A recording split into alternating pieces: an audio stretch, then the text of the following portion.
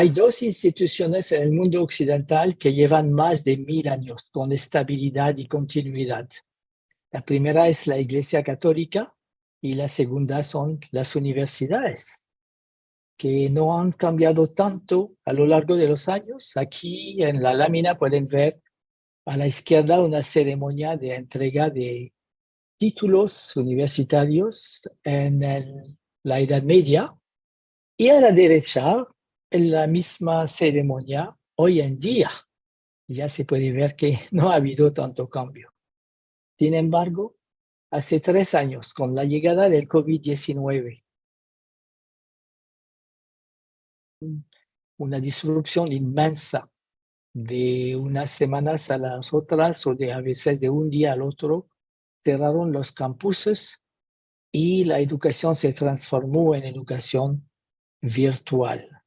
Lo que era un hobby para algunos profesores innovadores se transformó en la principal manera de enseñar y de aprender, con muchas dificultades. Y como lo recuerdan, aquí esta chica estudiante en Chile tenía que subir al techo a riesgo de su vida para conseguir la señal para entrar en escuchar la clase del profesor o de la profesora.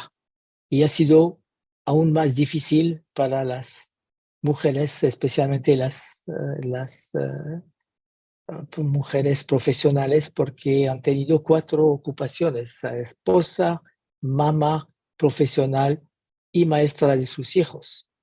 Y yo creo que este dibujo resume muy bien lo que ha pasado en 2020 entre lo que vemos a la izquierda cuando empieza todo normal y cómo terminamos con un año de aprendizaje muy difícil.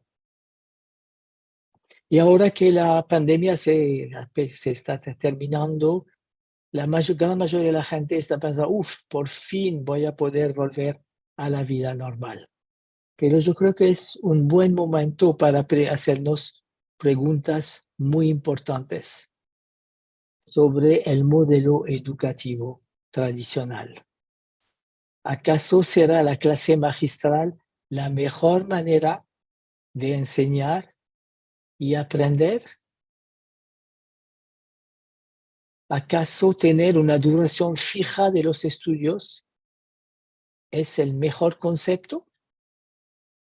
Tenemos esta obsesión con los números: licenciatura en 4 años, 3 trimestres o 2 semestres al año, tantas horas de estudios, como si todos los seres humanos aprendieran al mismo ritmo.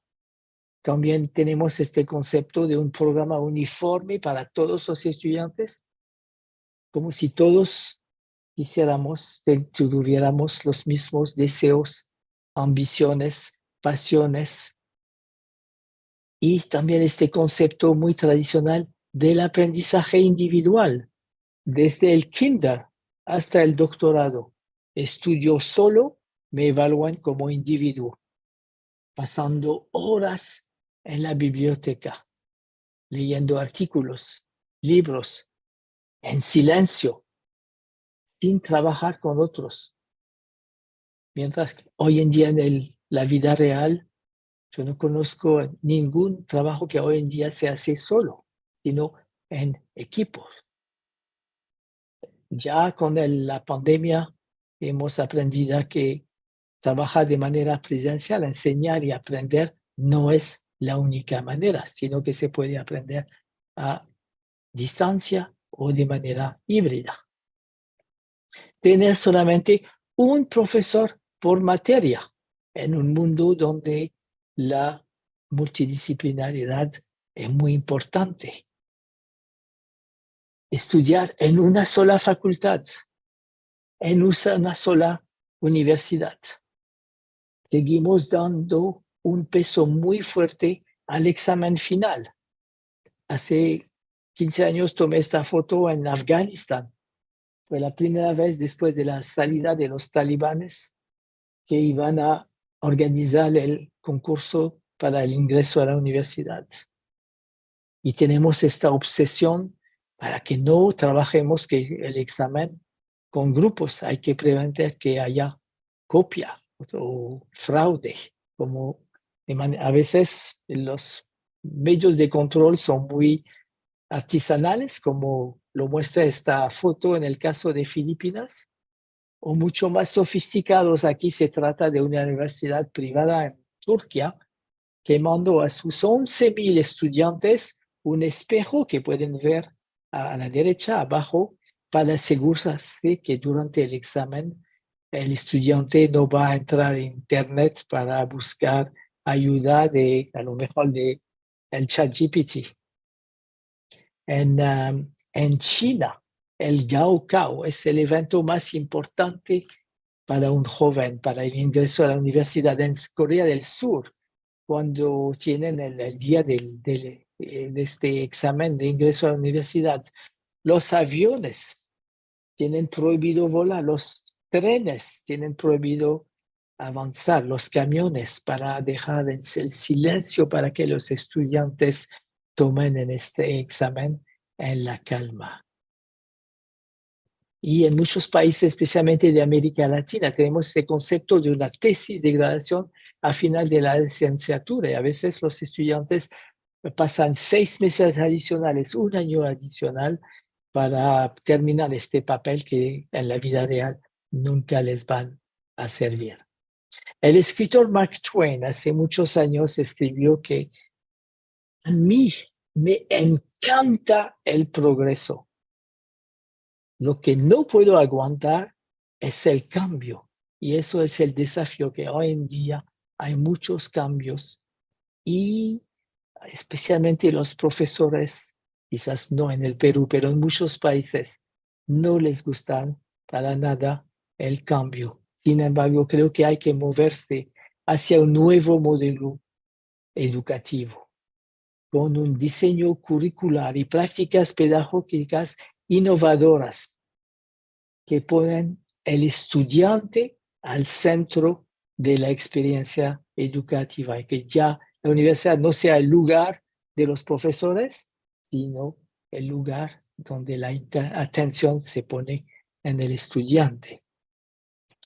Hace por siglos el aprendizaje ha sido un deporte de espectadores. Hoy hay que hacer una experiencia activa, interactiva, experiencial. Aquí les muestro foto de unas de las instituciones más revolucionarias en el mundo, a mi juicio, que se llama Olin College of Engineering, donde todo el aprendizaje se hace en grupos basado en la solución, buscar soluciones a problemas. Y yo creo que estas imágenes muestran bien el nivel de dinamismo, de interactividad de los estudiantes que aprenden en grupos de manera muy dinámica. Usando el título de un libro reciente para describir lo que significa aprendizaje centrado en el estudiante. Sparking Curiosity, despertar la curiosidad. Igniting Passion, encender la pasión, porque sabemos a raíz de la neurociencia que el estudiante estimulado, el estudiante apasionado, aprende mucho mejor que el estudiante aburrido. Unleashing Genius, desencadenar todo el talento que todos los seres humanos tienen. Y voy a tratar de ilustrar con un corto video de 2 minutos lo que significa transformar algo aburrido en una experiencia apasionada, estimulante. Se trata de una estación de metro en Suecia, en Estocolmo.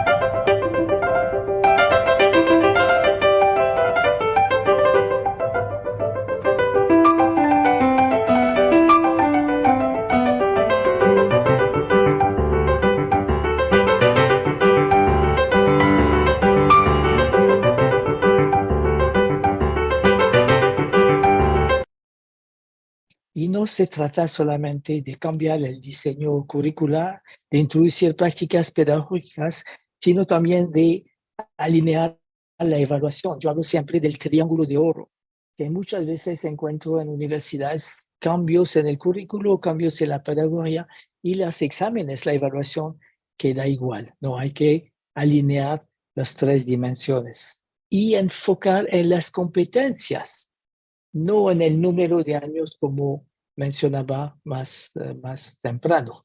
Competencias cognitivas y técnicas, competencias complejas y competencias socioemocionales, como el liderazgo, la capacidad de fracasar y levantarse otra vez y seguir.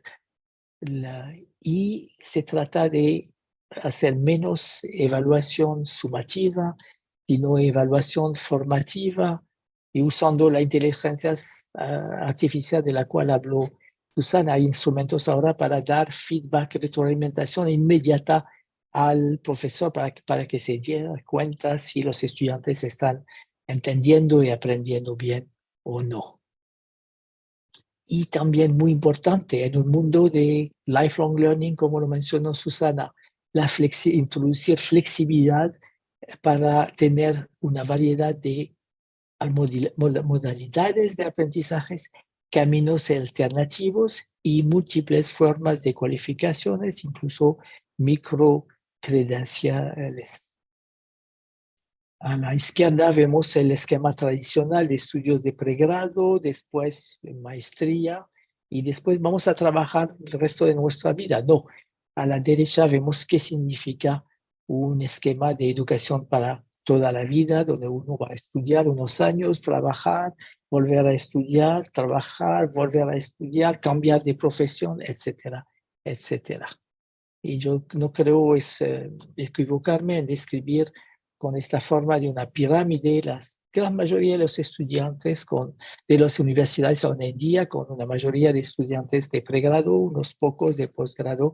Mi predicción es que la universidad del futuro va a tener la forma de la configuración de una estrella con estudios de pregrado, una pequeña parte, estudios de posgrado y más importante, el desarrollo profesional continuo, el cambio, los estudios de cambio de profesión y por supuesto modalidades distintas, presencial, en línea, híbrido, etcétera.